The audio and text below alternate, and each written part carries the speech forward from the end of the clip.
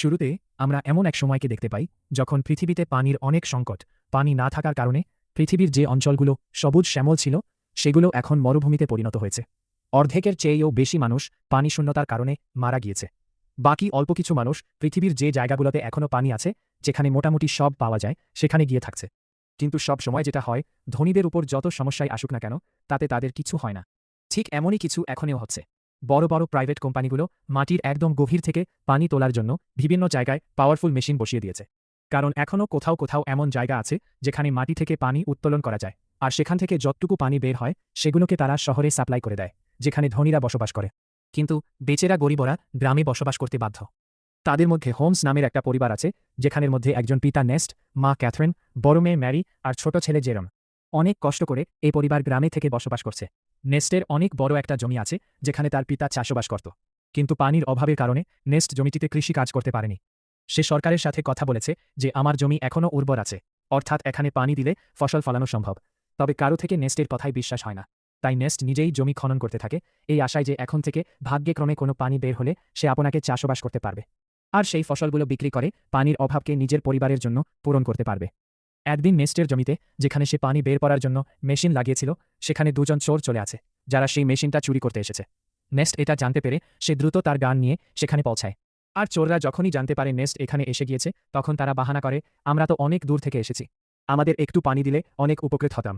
এটা বলেই সে চোর তার কাছে থাকা গান বের করে যেন সে নেস্টকে গুলি করতে পারে। কিন্তু নেস্ট এমন চোরদের সাথে প্রতিদিন মোকাবিলা করত, তাই সে দ্রুত চোরটি শুট করার আগেই তাকে গুলি করে মেরে ফেলে। নেস্ট তার মেশিন চেক করতে আসে, তখন বেচারা জানতে পারে এখন থেকে যে অল্প পানি বের হতো সেগুলো এখন শেষ হয়ে গিয়েছে। তার মানে এখন তাকে দূরের কোনো একটি জায়গায় গর্ত করে মেশিন লাগাতে হবে যেন সেখান থেকে পানি বের করা যায়। নেক্সট জেরুমের সাথে ওয়াটারম্যানের কাছে আছে। আসলে ওয়াটারম্যান এমন লোকদের গ্রুপ যারা প্রাইভেট কোম্পানির জন্য কাজ করে, যেমন বড় বড় মেশিন লাগিয়ে পানি উত্তোলন করা, যেগুলোকে তারা শহরে সাপ্লাই করে দেয়। নেক্সট এদেরকে মদ বা খাবার পানি ডেলিভার করার কাজ করে। সে শহর থেকে সব জিনিসগুলোকে নিজের গাধার পিঠে করে এনে এই ওয়াটারম্যানদের দিয়ে দেয়। এই ওয়াটারম্যানদের মধ্যে ম্যাক্স নামের এক লোক রয়েছে, যার সাথে নেস্টের ভালো সম্পর্ক রয়েছে। নেস্ট ম্যাক্সকে বলে, দেখো ভাই, তুমি এখানে বড় বড় মেশিন লাগিয়েছ, এখন থেকে কিছুটা দূরে আমার জমি রয়েছে যেখানে কিছুটা পানি বের হতো। কিন্তু তোমার এখানে বড় মেশিন বসানোর ফলে যে অল্প পানিগুলো আমার জমি পেত সেগুলো এখন বন্ধ হয়ে গিয়েছে। তুমি কি তোমার এই মেশিনের লাইন অন্য জায়গায় নিতে পারবে? ম্যাক্স বলে, এটা তো আমার কাজ না, তুমি কথা বলতে চাইলে আমাদের বসের সাথে বলতে পারো। নেস্ট জানত বস তো তার কথা শুনবে না, তাই সে মন খারাপ করে জেরোমের সাথে ঘরে ফিরতে থাকে। কিন্তু কারো ভাগ্য যখন খারাপ হয় তখন তার সাথে খারাপ কিছু হতে সময় লাগে না। এমনই নেস্টের সাথে হয়।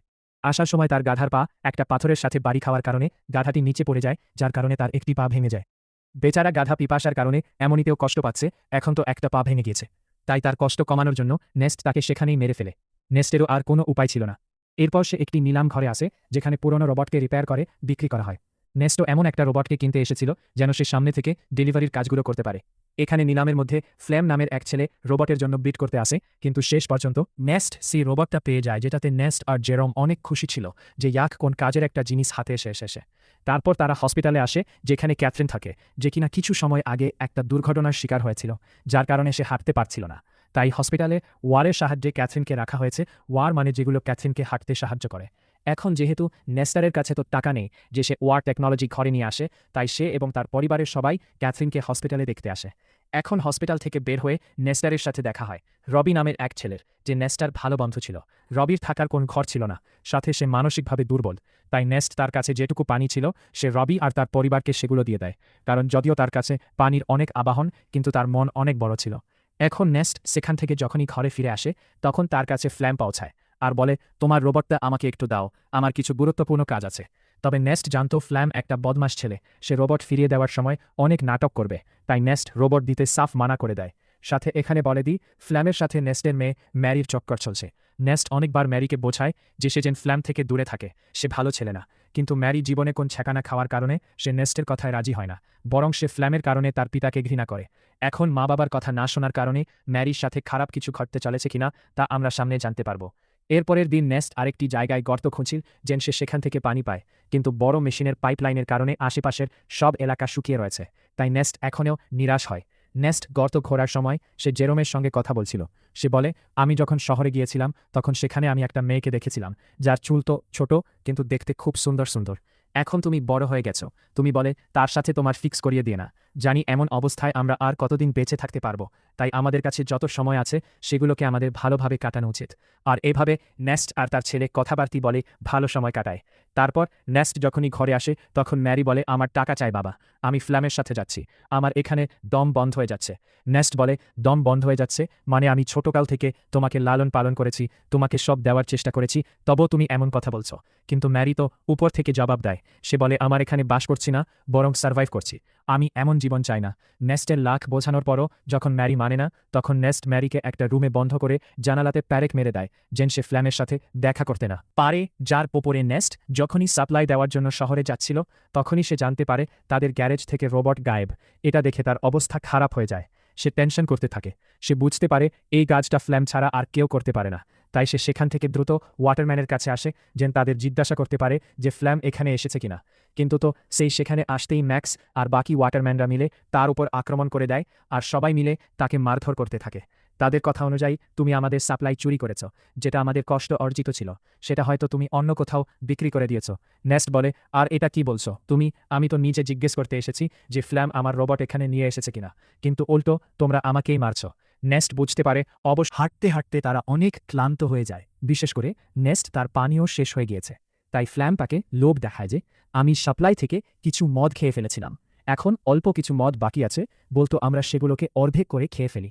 ওয়াটারম্যানরা সর্বোচ্চ হয়তো আমাদের মারবে, কিন্তু যদি আমরা এখানে কিছু পান না করি তাহলে আমরা অবশ্যই মারা যাব। এটাতে নেস্টরা রাজি হয়, কিন্তু যখনই সে ফ্ল্যামকে রশি থেকে মুক্ত করে তখন ফ্ল্যাম তাকেই হামলা করে বসে। বেচারা নেস্ট আগে থেকে অনেক তৃষ্ণার্ত ছিল, আর এখন মার খাওয়ার কারণে তার অনেক রক্তক্ষরণ হতে থাকে। এরপরে ফ্ল্যাম জোর করে সব মদগুলোকে নেস্টের মুখে ঢেলে দেয়, যেন ওয়াটারম্যান যখন তাকে দেখবে তখন তাদের বিশ্বাস হয়ে যায় যে নেস্ট সাপ্লাই চুরি করেছে আর সেই তাদের মদ খেয়ে ফেলেছে। এছাড়াও ফ্ল্যাম নেস্টকে মেরে মেরে রোবটের সাথেই বেঁধে দেয়, যেন সব তবে বুঝতে পারে রোবট আউট অফ কন্ট্রোল হয়ে নেস্টে আক্রমণ করেছে, যার ফলে তার মৃত্যু হয়ে যায়। আর এটাই হয়, বেচারা নেস্ট মারা যায়, আর সবার থেকে লাগছিল রোবটই নেস্টের প্রাণ নিয়েছে। এরপর দেখা যায় জেরন তার পিতাকে হারানোর পর মন খারাপ করে বসে থাকে। সে সব রাগ রোবটের ওপর ঢেলে সেটাকে ভাঙার চেষ্টা করে, কারণ সে বিশ্বাস করছে রোবটই তার পিতার প্রাণ নিয়েছে। তখন ফ্ল্যাং জেরনকে এসে বলে, রোবট ভেঙে কী লাভ, এটা সামনে গিয়ে আমাদেরই কাজে আসবে, তাই এটাকে ভাঙিও না, চিন্তা করো না, আমি আছি তো, আমি তোমার পরিবারকে সামলাবো, তোমার ও মেয়ে এর ভালো খেয়াল রাখবো। এরপর দেখা যায় ফ্ল্যাম ম্যাক্সের কাছে আসে আর বলে, আমি একটা পাইপের লাইন চাই, যেন এটার সাহায্যে আমি নেস্টের জমিতে চাষ করতে পারি। সে ম্যাক্সকে একটা চুরি দেখিয়ে বলে, এই চুরিটার কথা মনে আছে তো, সেদিন যখন তোমরা সাপ্লাইয়ের জন্য নেস্টের উপর হামলা করেছিলে তখন নেস্ট তোমার থেকে এই চুরিটা নিয়ে ফেলেছিল, আর আমি এই চুরিটা তার বডির পাশে পেয়েছি, যেখানে তোমার নামটাও লেখা আছে, সাথে সবাই জানে তোমার এবং তার সঙ্গে লড়াই হয়েছিল। তাহলে আমি ভাবছিলাম কি, আমি সবাইকে এটা বলে দিই যে লড়াইয়ের সময় ম্যাক্স যখন নেস্টকে মারতে পারেনি তখন সে পরের সুযোগ পেয়ে নেস্টকে মেরে দেয় আর দোষ দিয়ে দেয় রোবটের উপর। এটা শুনে ম্যাক্স ভয় পেয়ে যায় আর ফ্ল্যামের কথায় রাজি হয়, কোম্পানি থেকে লুকিয়ে একটা সিক্রেট পাইপলাইন নেস্টের জমিতে দিয়ে দেয়, যার ফলে সেই জমিটি পানি পেতে শুরু করে। সবাই অনেক খুশি ছিল যে এখানে আবার চাষ হচ্ছে।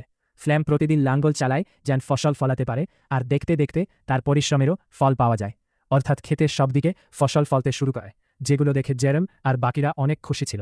সাথে ফ্ল্যাম আর ম্যাক্রির রিলেশনশিপ ছিল, যার পরে তাদের বিয়ে হয়ে যায়। বিয়ের পর ফ্ল্যাম অনেক খুশি ছিল, আর সে ভাবছিল যে এই সব কিছু নেস্টের ছিল, আর যদি সে বেঁচে থাকতো তাহলে না তো তার সঙ্গে ম্যাক্রির বেশ খেয়াল বিয়ে হতো, আর না তো সে এই জমি পেট নেস্টের মারা যাওয়ার পর সে সব কিছু নিজের করে নিয়েছে। কিছুদিন পর দেখা যায় ব্যাংক থেকে কিছু কর্মচারী আসে, যাদের কথা শুনে ফ্ল্যামের পায়ের তলার মাটি সরে যায়।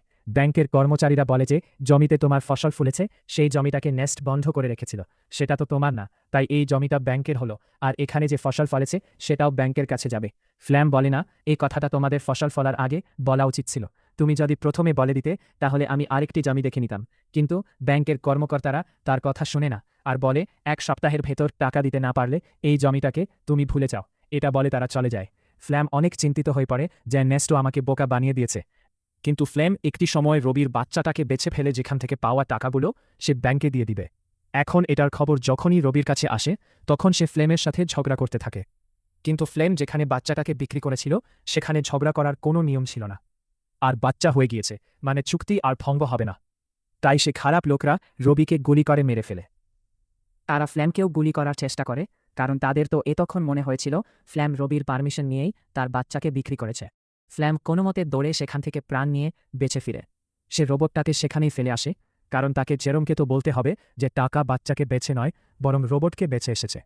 নেস্ট অমনিতে তো ম্যারিকে ফ্লেমের সাথে যেতে মানা করেনি। যাই হোক, এরপর দেখা যায় ব্যাংকের ঋণ পরিশোধ করার পর ফ্লেম জমিটা আবার পেয়ে যায়। ওদিকে রোবটটি হেঁটে হেঁটে তার আসল মালিকের কাছে যেতে থাকে, কারণ যখন সে বদমাশরা ফ্ল্যামকে শ্যুট করছিল তখন কিছু গুলি রোবটই থেকেও লেগে যায়, যেটাতে রোবটের ডিফল্ট সেটিং অন হয়ে যায়। আর এই জন্যই সে তার অরিজিনাল অনারের কাছে যেতে থাকে, যে কিনা শহরে থাকে। অনারের নাম হচ্ছে ক্যালভিন। সে যখনই রোবটটিকে দেখে তখন সে অবাক হয়ে যায়, যেটি কার রোবট আবার ফিরে এসেছে। রোবটের গায়ে নেস্টের নাম লেখা ছিল, তাই ক্যালভিন রেডিওর সাহায্যে নেস্টের সাথে যোগাযোগ করার চেষ্টা করে যেন সে এখানে এসে নিজের রোবটকে নিয়ে যায়। কিন্তু জেরোম যখনই রেডিওকে অন করে তখন সে অবাক হয়ে যায় যে ফ্ল্যাম তো বলেছিল সে রোবটকে বিক্রি করে দিয়েছে। এখন এই ক্যালভিন নামের লোকটা বলছে রোবট তার কাছে। তাই সে ডিসাইড করে ক্যালভিন যখন রোবট ফিরিয়ে দিতে চায় তাহলে তো ভালো, জেরোম সেটা নিজে গিয়ে নিয়ে আসবে। সেদিন জেরোম রবির ওয়াইফকে দেখে পায়, যে কিনা রবি ও তার বাচ্চা ফিরে না আসায় হতবাক হয়ে আছে। এখন সে একটা পুতুল নিয়ে তার বাচ্চা ফিরে আসার অপেক্ষা করেছে। ফ্ল্যাম এসে তাকে সেখান থেকে নিয়ে যায়। এই জিনিসটা দেখে জেরোমের সন্দেহ হয় কিছু একটা তো হয়েছে যেটা ফ্ল্যাম লুকাচ্ছে। যাই হোক, এর পরের দিন সে শহরে যাওয়ার উদ্দেশ্যে বেরিয়ে পড়ে। তবে শহরের বর্ডারে তার বয়স 18 বছরের নিচে হওয়ার কারণে গার্ডার তাকে শহরে যেতে দেয় না। তখনই সেখানে একটা মেয়ে আসে যার নাম আনা, যে কিনা এখানে গোপনে মানুষদের পাচার করার কাজ করছে। তাই সে জেরোমকে বলে, আমার সাথে চলো, আমি তোমাকে শহরে পাঠাতে পারবো, সেটাও কম টাকা। জেরোম যখনই আনাকে দেখে তখন সে অবাক হয়ে যায়, কারণ আনা হুবহু সেই রকম যেমন তার নেস্ট তাকে সেই ছোট চুলোওয়ালা মেয়েটির ব্যাপারে বলেছিল। অর্থাৎ এটাই সেই মেয়ে। জেরোম তাকে নেস্টের ব্যাপারে জিজ্ঞেস করে, কিন্তু আনা তো নেস্টকে চিনে না, তাই জেরোম আর কিছু বলে না। এরপর আনা জেরোমকে শহরের দিকে যাওয়া মালবাহী গাড়িতে লুকিয়ে বসিয়ে দেয়, যেটার সাহায্যে জেরোম অবশেষে শহরে পৌঁছে যায়। এখন শহরে আসার পর সে ক্যালভিনের সাথে দেখা করে, যেখানে তাকে তার রোবট ফিরিয়ে দেয়। রোবটের গায়ে যে গুলিগুলো লেগেছিল সেটাও ক্যালভিন রিপেয়ার করে ফেলেছে, সাথে সে রোবটের সেটিং ঠিক করে দিয়েছে। কিন্তু জেরোম যখনই রোবটকে মন দিয়ে দেখে তখন সে জানতে পারে এটাতে ক্যামেরা আছে, যেটা লেজারের মতো ভিডিও রেকর্ড করে। ভিডিওগুলো তেমন পরিষ্কার তো না, কিন্তু এটুকু পরিষ্কার ছিল যে সেটাকে দেখা যায়। তখন সেই ভিডিওগুলোরে জেরোম তার পিতা নেস্টের সাথে মুহূর্তগুলো দেখতে থাকে। এই ভিডিওগুলোতে সেই ভিডিওটাও ছিল যখন ফ্ল্যাম নেস্টকে মেরেছিল, যার পরে সে রোবটের সাথে তাকে বেঁধে দেয়। এখন এগুলো দেখে জেরোম প্রচণ্ড অবাক হয়ে যায়। সে সত্যিটা জানতে পেরেছে যে তার পিতা কোনো অ্যাক্সিডেন্টে মারা যায়নি। জেরোম রোবটটাকে ঘরে নিয়ে আসে, কিন্তু ঘরে আসতেই সে ফ্ল্যামকে এটা বলে না যে সে সত্যিটা জেনে গিয়েছে। কিছু তো গণ্ডগোল আছে আমার থেকে, সেখানে গিয়ে দেখতে হবে। তাই সে সেই জায়গাটায় যায় যেখানে সে নেস্টকে মেরেছিল। কিন্তু একটি সময় সে ভুলে গর্তে পড়ে যায়, যেখানে পড়ে যেতেই তার পা ভেঙে যায়। সে সাহায্য চাইতে থাকে, তখনই তার সামনে জেরোম আসে, যার হাতে ছিল একটি গান। তাকে এত রাগে দেখে ফ্ল্যাম বুঝতে পারে জেরোম সবকিছু জেনে গিয়েছে, আর এই সবকিছু জেরোমের প্ল্যান ছিল। ফ্ল্যাম তাকে বলে, দেখো যা হয়েছে, আমি তার জন্য দুঃখিত, কিন্তু দেখো আমি ম্যারি আর তোমার কত খেয়াল রেখেছি। যদি আমার কিছু হয়ে যায় তাহলে ম্যারি এগুলো সহ করতে পারবে না, তাই আমাকে যেতে দাও। কিন্তু জেরোম তার কথা শোনে না আর সোজা তাকে গুলি করে মেরে ফেলে। এরপর দেখা যায় সে রোবটটির মেমোরি রিসেট করে দেয়, যেন ম্যারি এ ব্যাপারে কোনোদিনও জানতে না পারে। সে চায় না ম্যারি এই সত্যিটা জানো। কিছুদিন চলে যাওয়ার পর যখন ফ্ল্যাম ঘরে আসে না তখন ম্যারি অনেক টেনশন করতে থাকে।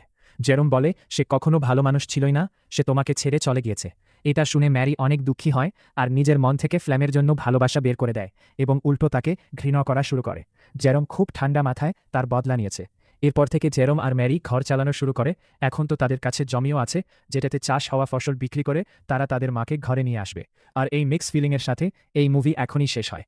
ভিডিও ভালো লাগলে লাইক করে দাও, আর চ্যানেলকে সাবস্ক্রাইব করে না থাকলে সাবস্ক্রাইব করে বেল আইকন অল করে রেখো। দেখা হচ্ছে নতুন কোনো ভিডিওতে। সবাই ভালো থাকো, সুস্থ থাকো।